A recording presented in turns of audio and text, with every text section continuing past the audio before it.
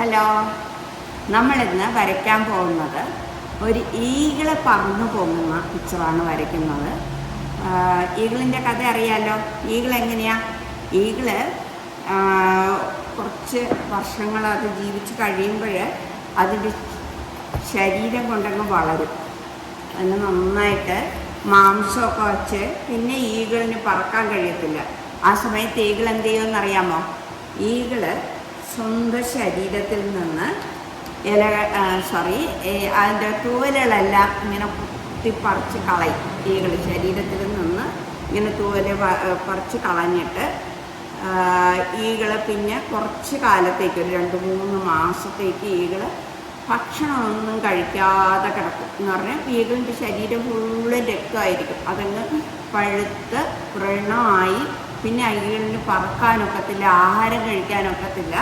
അങ്ങനെ ഈഗിൾ വളരെ കഷ്ടപ്പെട്ട് 2-3 മാസം ഇങ്ങനെ അത് ജീവിക്കുന്ന സമയത്ത് ചെറുതായിട്ട് അതിൻ്റെ ശരീരത്തിൽ കുഞ്ഞു കുഞ്ഞ് രോമങ്ങൾ പൊടിച്ച് വരും. ആ സമയത്താണ് ഈഗിള് പിന്നെ പറന്ന് പോയി ഫുഡൊക്കെ കഴിച്ച് അത് നല്ല രീതിയിൽ പിന്നെ അത് സന്തോഷത്തോടു കൂടി എന്ന് പറഞ്ഞാൽ യൗവനം കാത്ത് സംരക്ഷിച്ചുകൊണ്ട് അത് ജീവിക്കും. ആ ഒരു ഇതാണ് ഇവിടെ വരയ്ക്കാൻ പോകുന്നത്. ഇവിടെ ഒരു റെഡ് കളറിലെ ഈഗിളാണ് കാണിക്കുന്നത്. അതൊരു ഇങ്ങനെ ഈഗിളിങ്ങനെ പറന്ന് ഉയരെയാണ് ഇവിടെ. വരയ്ക്കാമോ? അപ്പം അതിന് വേണ്ടിയിട്ട് ഞാൻ ബാക്ക്ഗ്രൗണ്ട് കളറ് ആദ്യം കംപ്ലീറ്റ് ചെയ്യാൻ പോവുകയാണ്. അതിന് വേണ്ടിയിട്ട് ഞാനിവിടെ അക്രിലിക് പെയിൻ്റാണ് എടുത്തിട്ടുള്ളത്.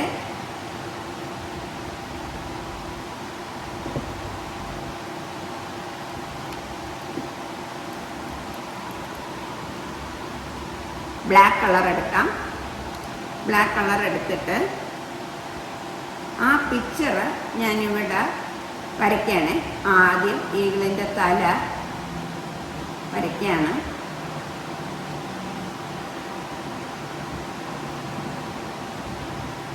ഇത് ഞാൻ നേരിട്ട് കണ്ടിട്ടുണ്ട്. ഞാൻ ആര്യാസിൻ്റെ സ്കൂളിൽ വർക്ക് ചെയ്യുന്ന സമയത്ത് ഒരു ഈഗിള് വന്ന് ആ സ്കൂളിൻ്റെ ഒരു സ്ഥലത്ത് അവിടെ ഇരുന്ന് അമ്പലത്തിൻ്റെ മുകളിലുള്ള ഒരു ഗോപുരത്തിൻ്റെ അകത്ത് കയറി ഇരുന്നിട്ട് അവിടെ ഇരുന്ന് അതിങ്ങനെ ശരീരത്തിൽ നിന്ന് തൊലി അത്രയും കൊത്തിപ്പറിച്ച് എടുത്ത് തൊലി മാത്രം പുറത്തു വന്നു. പിന്നെ അതിൽ വ്രണമായി.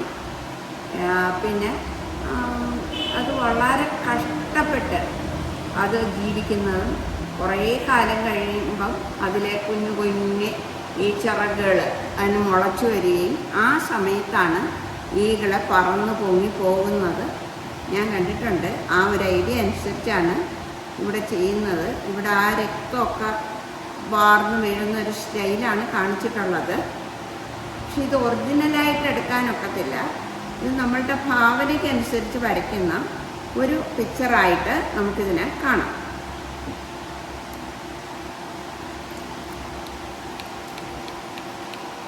അപ്പം അതിനെ ഞാനിവിടെ റെഡ് കളറാണ് എടുത്തിട്ടുള്ളത്. നമ്മൾ മനുഷ്യരായാലും അങ്ങനെ തന്നെയാണ്. നമ്മൾ പല ദുഃഖങ്ങളിലും പല കഷ്ടപ്പാടുകളിലും ഒക്കെ കടന്നു പോകുന്ന സമയത്ത് നമ്മൾ കുറേ കാലം നിശബ്ദമായിട്ട് പോകും. പിന്നീട് നമ്മളങ്ങ് ഉയർന്നു പോകും. നമ്മൾ ആരും പ്രതീക്ഷിക്കാത്ത തരത്തിൽ നമുക്ക് ഉയർന്നു പോകാൻ സാധിക്കും.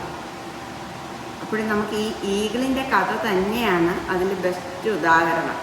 ചില സമയങ്ങളിൽ നമ്മളുടെ കൂട്ടത്തിലുള്ളവരോ അല്ലെങ്കിൽ നമ്മളുടെ സുഹൃത്തുക്കളോ ആരെങ്കിലുമൊക്കെ നമുക്ക് പാരപണിത് നമ്മളുടെ ജീവിതം തന്നെ നഷ്ടപ്പെടും. ആ സമയത്ത് പിന്നീട് നമ്മൾ കുറേ കാലം നിശബ്ദമായിട്ടിരിക്കുകയും പിന്നീട് നമ്മൾ സ്വയം ഉയർത്തെഴുന്നേൽക്കുകയും ചെയ്യും അല്ലേ? ആ ഒരു കഥ തന്നെയാണ് ഇവിടെ ഈ ഈഗിളിൻ്റെ കഥയിലൂടെ എനിക്കും ഓർമ്മയിൽ വരുന്നത്. ഞാൻ വിചാരിച്ചു ഇന്ന് ആ പടം നിങ്ങൾക്ക് വേണ്ടിയിട്ട് വരയ്ക്കാമെന്ന്. ഇവിടെ ഫാനിൻ്റെ ശബ്ദമാണ് കേട്ടോ. ഒരു ശബ്ദം വരുന്നുണ്ടല്ലോ, അത് ഫാനിൻ്റെ ശബ്ദമാണ്. എനിക്ക് പ്രത്യേകിച്ച് മൈക്കൊന്നും ഇല്ല. ഇതാണ് ഇങ്ങനെ വന്നിട്ടുള്ളത്. ഇതിപ്പോൾ നമ്മളുടെ ഡ്രോയിങ് ക്ലാസ്സിൽ ഇരുന്നാണ് ഞാൻ പിക്ചർ വരയ്ക്കുന്നത്. ഞാൻ പല പ്രാവശ്യം ഡ്രോയിങ് ക്ലാസ് നിങ്ങൾ വീഡിയോയിലൂടെ കാണിച്ചിട്ടുണ്ട്. ഇവിടെ ഓഫ്ലൈൻ ക്ലാസ്സും ഓൺലൈൻ ക്ലാസ്സും ഒക്കെ നടക്കുന്നുണ്ട്.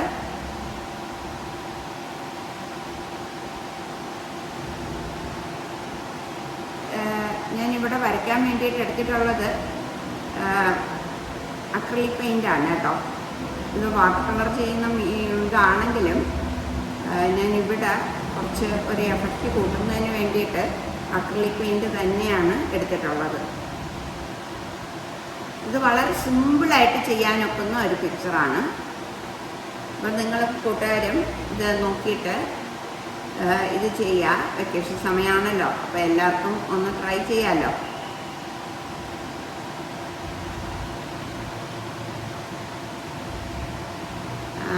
ഈഗിളിൻ്റെ ചിറകുകൾ ഇങ്ങനെ വരയ്ക്കുകയാണ്. ഈ ഈഗിളെന്ന് പറഞ്ഞാൽ ഉയർന്നു പൊങ്ങയാണ്. അതൊരു സങ്കല്പമാണ്. ഞാനിവിടെ ഒരു സങ്കല്പത്തിൻ്റെ പുറത്താണ് വരച്ചിട്ടുള്ളത്. നമ്മൾ ആദ്യം കഥ പറഞ്ഞല്ലോ, ഈഗിള് അത് കുറേ കാലം ജീവിച്ച് അതിൻ്റെ ചതയൊക്കെ വച്ച്, അതിലെ ചതയെന്ന് പറയുമ്പോൾ മാംസം അങ്ങ് കൂടുതലായി, ഫുഡൊക്കെ കഴിച്ച് മാംസം അങ്ങ് കൂടുതലാവും. പിന്നെ ഈഗിളിന് പറന്ന് പൊങ്ങാൻ സാധിക്കത്തില്ല. ആ സമയത്താണ് പ്രകൃതി തന്നെ ഈഗിളിനെ പഠിപ്പിക്കുന്ന ഒരു കാര്യമാണ് ബോഡിയിലുള്ള ഫുൾ ഈ തൂവലുകളും അത് കൊത്തിപ്പറിക്കും. തനിച്ചിരുന്ന് സ്വന്തം ശരീരത്തിൻ്റെത് കൊത്തിപ്പറിക്കും. എന്നിട്ടാണ് ആ ഈഗിള് എന്ത് ചെയ്യുന്നത്,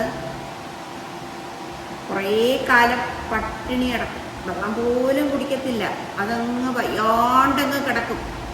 വയ്യാണ്ടങ്ങ് വശം കെട്ട് കിടക്കുന്ന പോലെ കിടക്കും. നമുക്ക് കാണുമ്പോൾ സങ്കടം തോന്നും കേട്ടോ. അതിങ്ങനെ കിടക്കും. കിടന്നിട്ട് പിന്നീട് അതിലെ തൊലിയൊക്കെ പൊടിച്ച്, തൊലിയൊക്കെ വ്രണമൊക്കെ മാറി. അപ്പം അതിന് ഈ മനുഷ്യരെ പോലെ ആ ഹോസ്പിറ്റലോ ഒന്നും ഇല്ലല്ലോ. അതിന് പ്രകൃതി തന്നെയാണ് അതിൻ്റെ മരുന്ന് എല്ലാം പ്രൊവൈഡ് ചെയ്യുന്നത്. അപ്പം പ്രകൃതി നൽകുന്ന മരുന്നിലൂടെ ഈഗിൾ എന്ത് ചെയ്യും, സ്വന്തം ശരീരത്തിന് ഉയർത്തി എഴുന്നേൽപ്പിക്കും.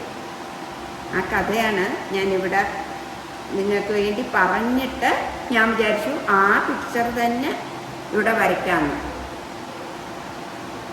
ഈ പിക്ചർ നിങ്ങൾക്ക് ഇഷ്ടമായോ? ഇഷ്ടമായെങ്കിൽ നിങ്ങൾ എൻ്റെ കൂടെ വരയ്ക്കണം.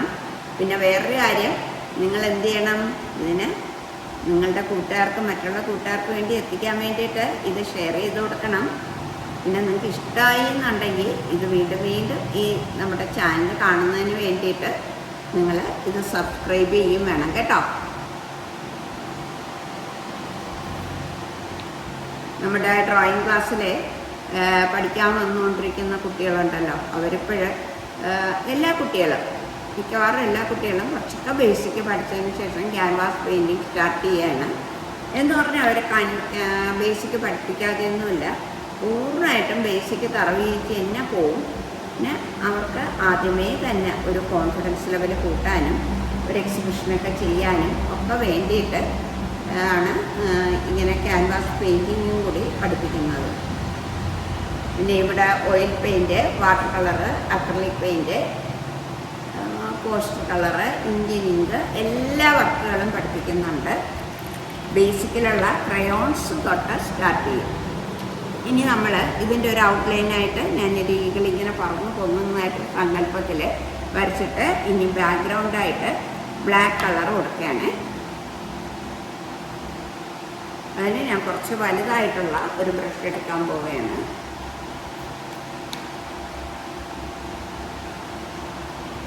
എടുത്തു. ഇനി ആ ബാക്കിയുള്ള സ്ഥലങ്ങളിലൊക്കെ ബ്ലാക്ക് ഫിനിഷ് ചെയ്യാണ്.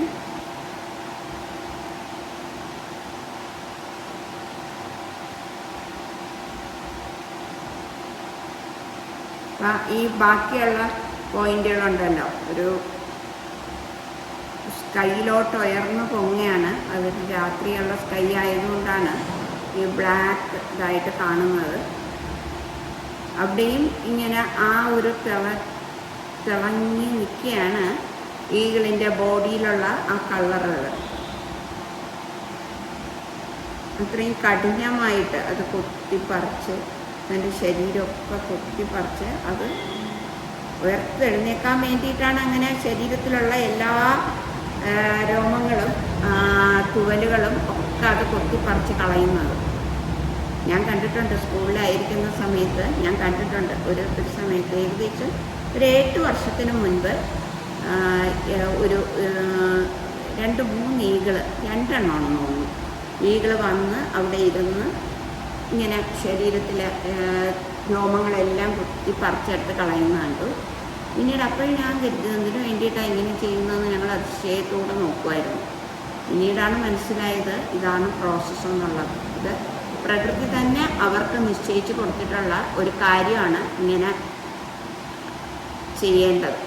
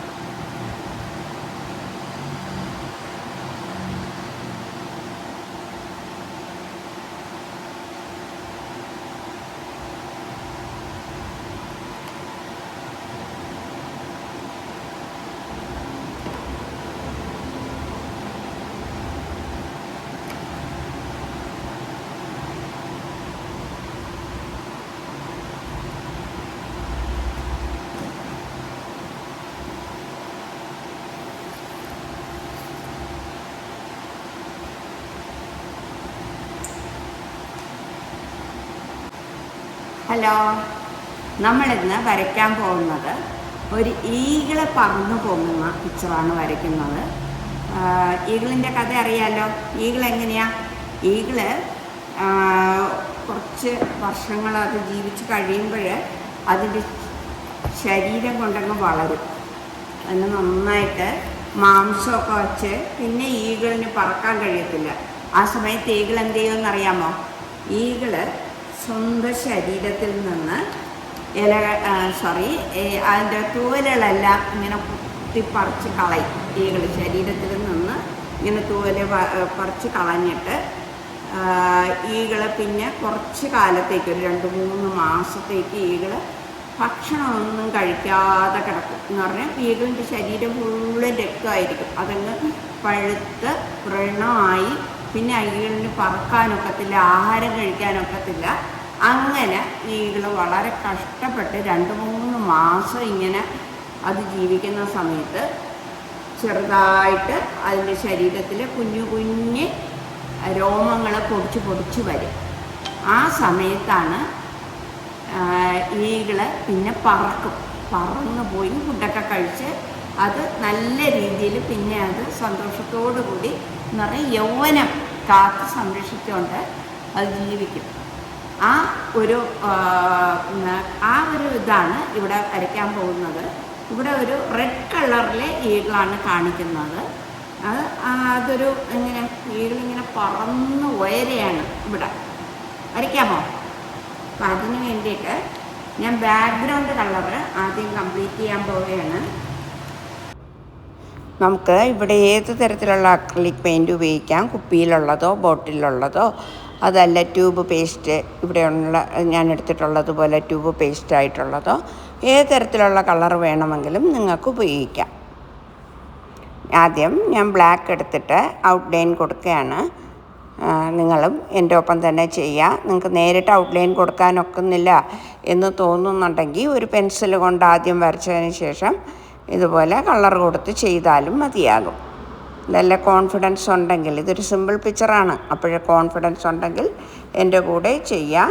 നിങ്ങൾക്ക് ഇതുപോലെ നേരിട്ട് ചെയ്യുന്ന എങ്ങനെയാണെന്ന് കാണിച്ചു തരാനും കൂടെ വേണ്ടിയിട്ടാണ് ഞാനിത് നേരിട്ട് തന്നെ കളർ എടുത്തിട്ടുള്ളത്. ഇവിടെ ക്യാൻവാസ് അല്ല ഞാൻ യൂസ് ചെയ്യുന്നത്. ഇവിടെ നമ്മൾ എടുത്തിട്ടുള്ളത് സാധാ ബുക്കിൻ്റെ പേപ്പറാണ് കേട്ടോ. ഡ്രോയിങ് ബുക്കിൻ്റെ, സാധാ ബുക്കല്ല, ഡ്രോയിങ് ബുക്കിൻ്റെ പേപ്പറാണ് നമ്മളിവിടെ എടുത്തിട്ടുള്ളത്.